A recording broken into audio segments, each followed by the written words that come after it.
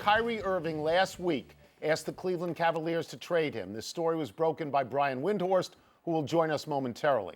Irving reportedly wants to go to a team where he would be the focal point, and he no longer wants to play alongside LeBron James.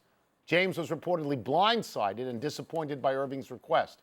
Pablo, what in God's name do you make of this? This blew up my day. It blew up the league. I mean, this is why the NBA is my favorite soap opera, Tony. And I begin with many questions about why exactly Kyrie Irving feels this way, but I start with the fact that he has eyes and ears. And he's been hearing, just like all of us, that LeBron James may not be around. It is in fact likely that he won't be around next year.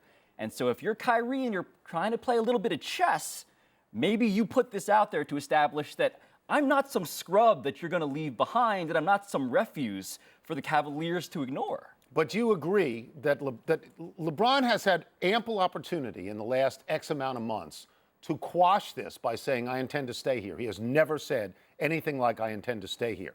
I think he's gone. You think he's gone. I do. Kyrie Irving, there also appears to be, I would think, that right under the surface, tension between Irving and LeBron.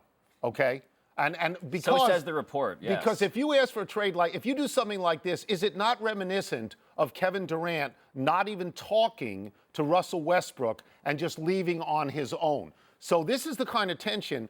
Just a few weeks ago, we heard, and I don't think that many people knew this, that Chris Paul and Doc Rivers, there was tension there. That blows up a team. This rocks Cleveland. It rocks the NBA. You wonder where Kyrie Irving is gonna end up, or if he's not going to be traded. If they say, no, we've got you for the next 2 years, no, you can pound sand. We're not going to trade you. Right, because if you're Cleveland now, the question is, what is equal value for someone like Kyrie Irving, who, if he were to be traded, by the way, would lose out on the prospect of getting this supermax deal as opposed to him staying in Cleveland. And that to me, would he actually leave all this money on the table, or is he trying to get LeBron out of there? Is this a choose one of us scenario? So this is, I will go a step further, because if I were a columnist now in Cleveland and I heard this news, one of the things that I would consider writing is this: Dan Gilbert, trade LeBron.